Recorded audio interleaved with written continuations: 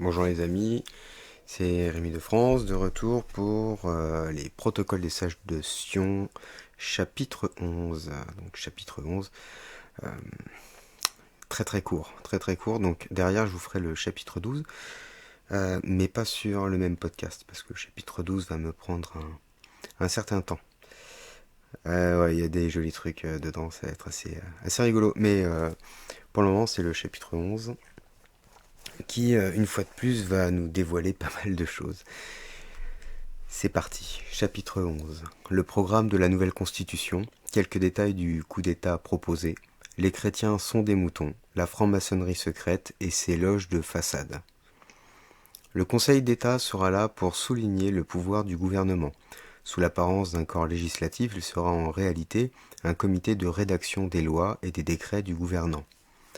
Voici donc le programme de la nouvelle constitution que nous préparons. Nous créerons la loi, le droit et le tribunal.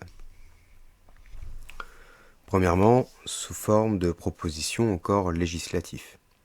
Deuxièmement, par des décrets du président sous forme d'ordres généraux, par des actes du Sénat et par des décisions du Conseil d'État sous forme d'ordres ministériels. Et troisièmement, au cas où cela serait jugé opportun, sous forme de coup d'État. Maintenant que nous avons approximativement établi ce modus agendi, occupons-nous du détail des mesures qui nous serviront à achever la transformation de l'État, dans le sens que nous avons dit. J'entends parler de la liberté de la presse, du droit d'association, de la liberté de conscience, du principe électif et de beaucoup d'autres choses qui devront disparaître du répertoire humain ou être radicalement changées dès que la nouvelle constitution aura été proclamée. Alors, petite parenthèse, encore une fois, ça nous renvoie indirectement, donc leur constitution nous renvoie toujours à la Déclaration des droits de l'homme et du citoyen de 1789. Article 1, article 2, tous les droits sont séquestrés par les associations politiques. Donc les, les peuples, le peuple qui n'existe pas en fait pour eux, il n'a aucun droit. Voilà. Donc, encore une fois, c'est la raison pour laquelle ils disent que tout ceci doit disparaître du répertoire humain ou être radicalement changé. Voilà. Et plus ils avancent dans les constitutions, et, et pire c'est en fait au niveau des séquestrations des droits et des libertés. Voilà. Donc là, on est quand même à la 5ème République, donc ça fait 5 fois que euh, tout ça, ça a été remis à jour, etc. Et que l'étau se resserre encore, encore et encore. C'est ce qu'il faut comprendre derrière ces quelques mots. Reprenons. C'est seulement à ce moment qu'il nous sera possible de publier tous nos ordres à la fois. Dans la suite, tout changement sensible sera dangereux et voici pourquoi. Si ce changement s'opère dans le sens de sévérité rigoureuse, il peut amener un désespoir provoqué par la crainte de nouveaux changements dans le même sens. Si au contraire il s'opère dans le sens de complaisance ultérieure, on dira que nous avons connu nos torts, reconnu nos torts, et cela affaiblira l'auréole d'infaillibilité du nouveau pouvoir. Ou bien on dira que nous avons eu peur et que nous sommes obligés de faire des concessions pour lesquelles personne ne nous remerciera car on les croira dus. Alors petite parenthèse, là un cas très très actuel, on va parler des soignants suspendus et de tous les suspendus en règle générale, même chez les pompiers. Vous voyez à quel point ils ont tardé pour la réintégration des suspendus. Voilà. Donc il s'est passé quoi en fait? Il s'est passé qu'ils ont tenu leur truc, non, les suspendus on les réintègre pas, gna gna gna, etc. Parce qu'ils ne voulaient pas justement rentrer dans ceci, dans l'affaiblissement de leur, entre guillemets, auréole d'infaillibilité. D'accord? Et bien sûr, voilà, ils ne voulaient pas être obligés de faire des concessions, mais ils n'ont pas eu le choix en fait, et forcément, ça nous rappelle aussi leur technique qui permet donc, enfin, qui est d'affaiblir les gouvernements pour pouvoir les changer par la suite. Donc, il y a alors je sais plus qui a dit ça, mais grosso modo, c'est euh, les temps douloureux créent des hommes forts, les hommes forts créent des temps de paix, les temps de paix créent des hommes faibles, les temps de faibles créent des gouvernements de loups, les gouvernements de loups créent des temps, temps obscurs, des temps obscurs en fait, hein, voilà. Donc grosso modo, je sais plus qui a dit ça, si quelqu'un peut le balancer en commentaire, c'est très bien, moi ça me va en tout cas. Mais c'est exactement ça, en fait. C'est une vérité, hein, et c'est tout le temps comme ça, tant que ceux qui sont au pouvoir, c'est ce qu'ils font, c'est ce qu'ils manipulent, et en plus de ça, ils vous l'ont collé sous forme de proverbe dans l'esprit, et comme ça, pour vous, ça rentre dans une normalité absolue, en fait, c'est une programmation. D'accord. Donc il faut vraiment sortir de ces programmations, il faut juste comprendre, voir ce qui est, la vérité, elle est là, et elle est sous nos yeux tous les jours. Voilà. Et quand on lit les protocoles et qu'on arrive à les comprendre et à les analyser correctement, avec beaucoup de recul, parce qu'il en faut du recul, hein, parce que si on les comprend sans en avoir le recul, on devient fou et on fait des conneries, hein. Non, le but c'est pas de faire des conneries, c'est de comprendre dans quelle machination nous sommes pour pouvoir la démonter. La démonter et faire autre chose. Et surtout sans eux. Voilà. Après, s'il doit y avoir affrontement, il y aura. De toute façon, c'est la solution qu'ils préconisent, contre eux-mêmes. Donc, chacun fait bien ce qu'il veut, on peut s'organiser, les gars, il n'y a aucun problème, hein. De toute façon, il va falloir. Au bout d'un moment, il va falloir passer à l'action. Parce que eux, ils attendent pas. Enfin bref. Fin de la parenthèse. L'un et l'autre nuiraient au prestige de la nouvelle constitution. Nous voulons que, du jour de sa proclamation, quand les peuples seront stupéfaits du coup d'État qui vient de s'opérer, quand ils seront encore dans la terreur et dans la perplexité, nous voulons qu'à ce moment-là, ils reconnaissent que nous sommes si forts, si invulnérables, si puissants, que nous ne compterons en aucun cas avec eux. Alors, petite parenthèse, évidemment, hein. Voilà, encore une fois, tout est dit.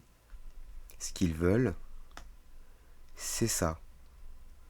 Que nous reconnaissions qu'ils soient invulnérables, forts et puissants, euh, et surtout que nous soyons complètement asservis. Voilà, donc comprenez bien que ce qu'ils veulent, eux, c'est le contrôle total du cheptel humain, d'accord, puisqu'ils nous voient vraiment sous forme de bêtes, d'accord, comme des agriculteurs, comme des éleveurs euh, s'occuperaient de leurs bestioles, mais avec beaucoup moins d'humanité, évidemment. Alors déjà que ce qu'ils font, c'est pas forcément dans l'humanité, mais alors eux, je peux vous garantir que non. Ok. Bon.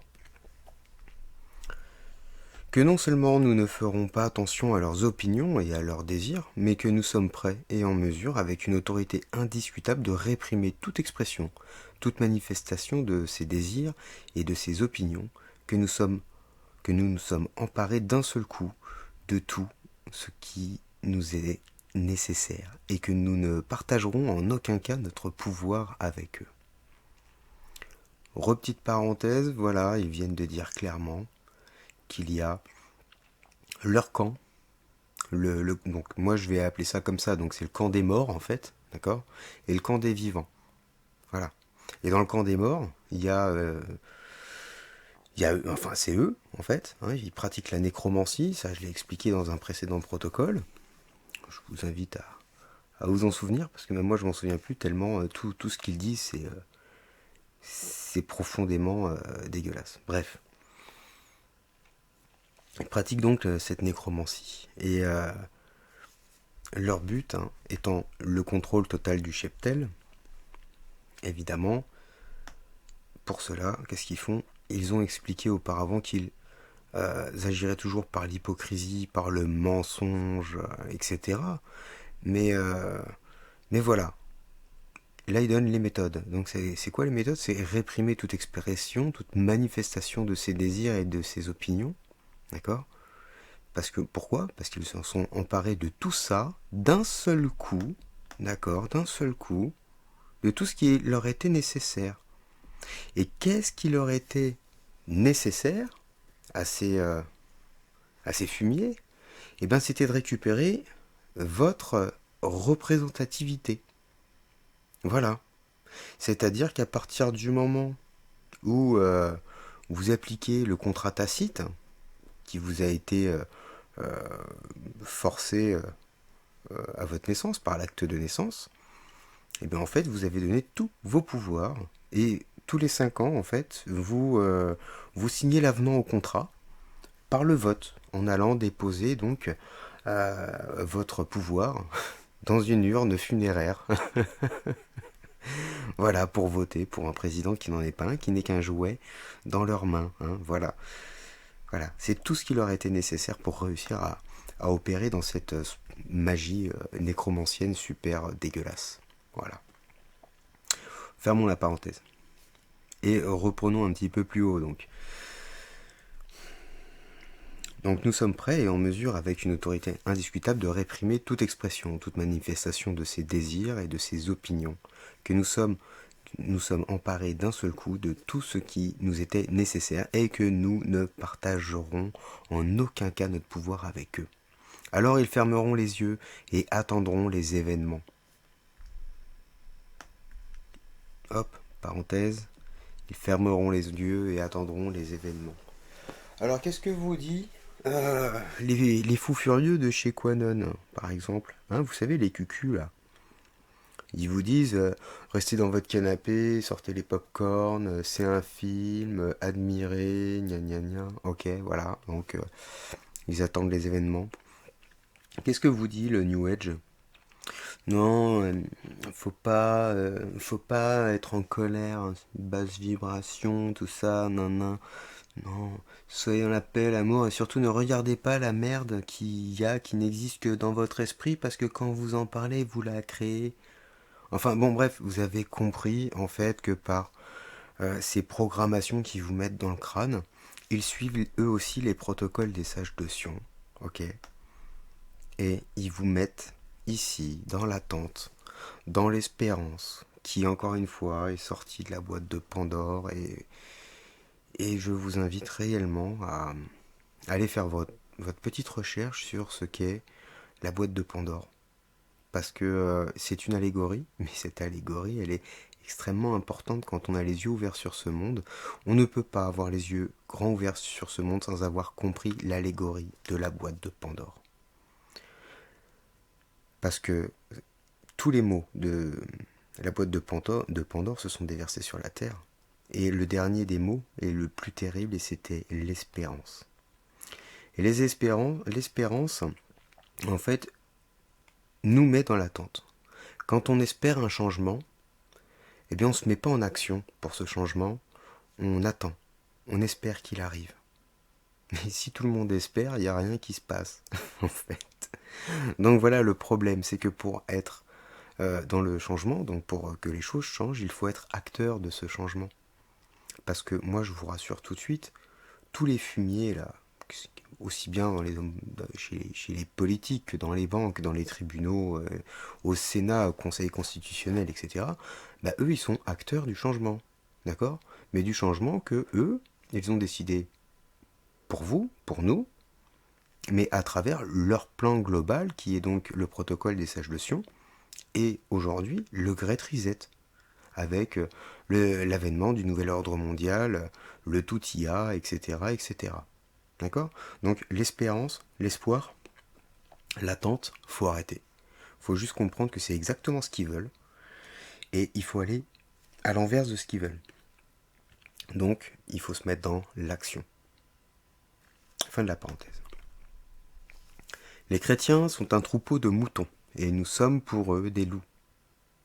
Petite parenthèse, qu'est-ce que je vous disais juste avant? Voilà, c'est exactement ça. D'accord? On ferme la parenthèse, on va terminer très rapidement.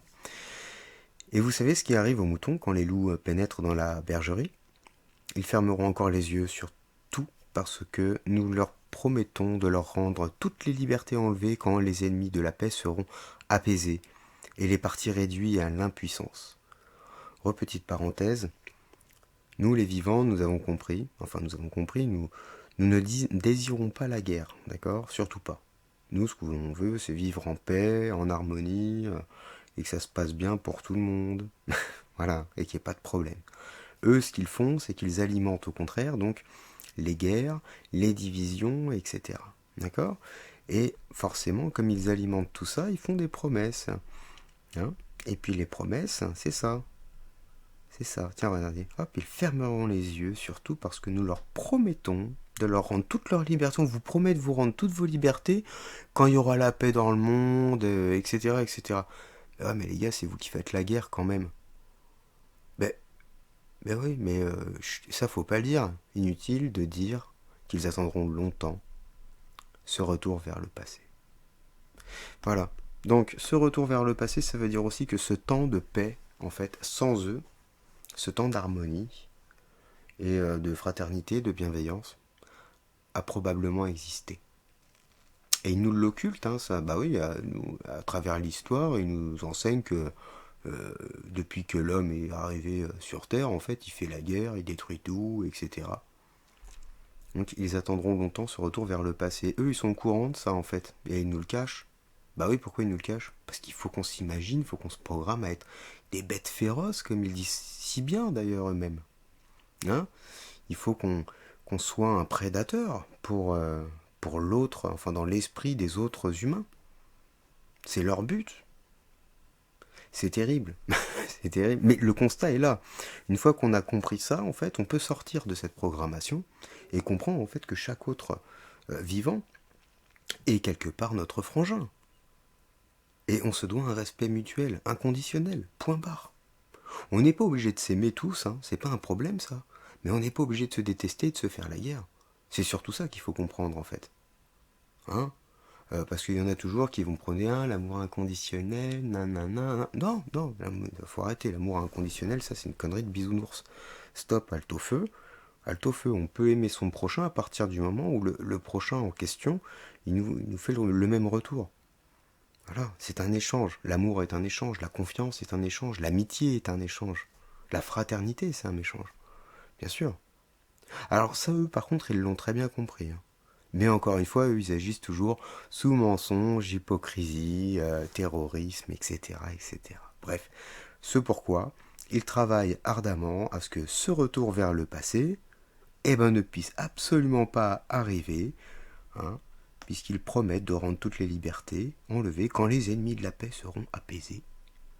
Mais bon, ils rappellent une fois de plus que les chrétiens, donc les goïs que nous sommes, les bêtes, sont un troupeau de moutons.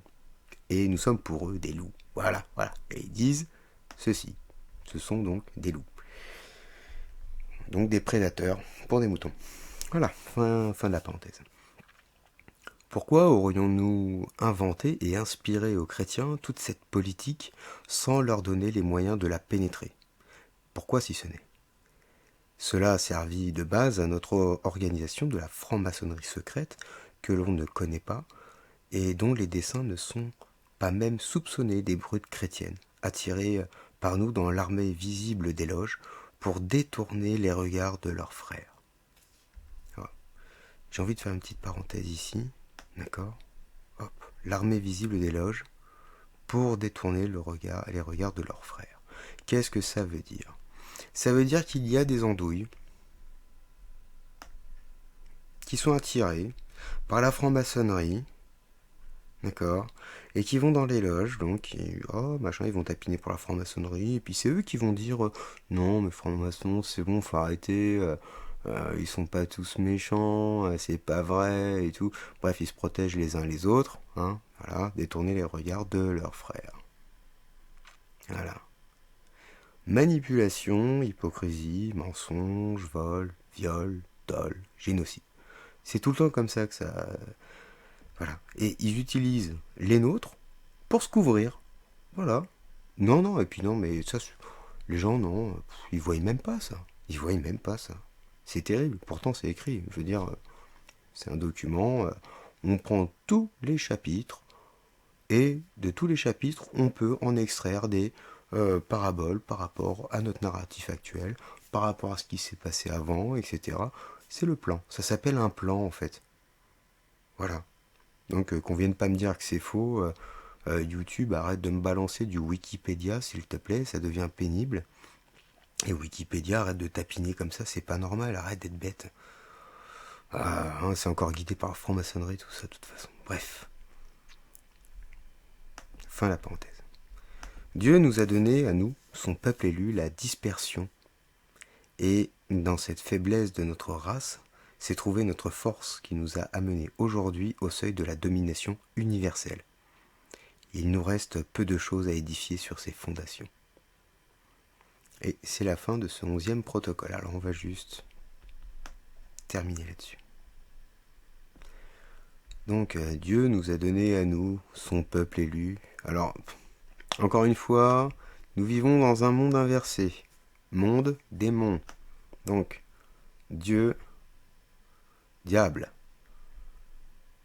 C'est donc le peuple élu du diable qui a été disséminé, dispersé sur toute cette planète et pas une boulette, d'accord? Et cette faiblesse, ils en ont fait leur force. Voilà. Et pourquoi?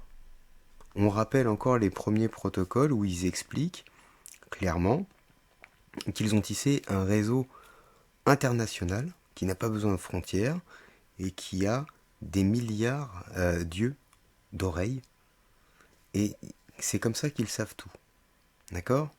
Bon, aujourd'hui, c'est très facile, hein, avec les ordinateurs, le téléphone, les réseaux sociaux, etc. Enfin bref, tout ce qui comporte une caméra, un micro, etc. Tout ça, c'est des mouchards. Donc, si on extrapole un petit peu, bah, c'est très simple, on sort, qu'est-ce qu'on voit? On voit encore des caméras de surveillance quasiment partout. On voit des radars. Voilà, il y a de l'IA absolument partout. Et ben voilà leur réseau. Il y a un moment donné, si on veut s'en sortir, il va falloir commencer à crever les yeux de l'ogre en fait. Ok? Donc pour ça, il va falloir attaquer l'IA. Voilà, on va peut-être commencer à rentrer dans les solutions maintenant. D'accord? Puisque là on est bientôt à la moitié des protocoles. Et vous allez voir que plus ça va aller, plus vous allez comprendre que les taux ils se resserrent, ils se resserrent, ils se resserrent. Mais c'est la fin de ce chapitre 11 des protocoles des sages de Sion. Et je vais arrêter l'enregistrement ici parce que j'ai hâte de faire le 12, parce que le 12, je suis concerné, mais en fait nous sommes vraiment tous concernés, d'accord? Et je pense que c'est l'un des chapitres qui est peut-être le plus important. Enfin, le plus important. Celui qui révèle beaucoup de choses, en tout cas. Notamment au niveau des agents de l'opposition contrôlée. Donc, j'arrête l'enregistrement maintenant et je m'y mets. Enfin, je m'y mets. Ça va peut-être me nécessiter de faire 2-3 petites recherches pour vous montrer 2-3 petites choses. Voilà. Je vous embête pas plus. Je vous remercie beaucoup de votre écoute et à tout de suite pour le 12e chapitre.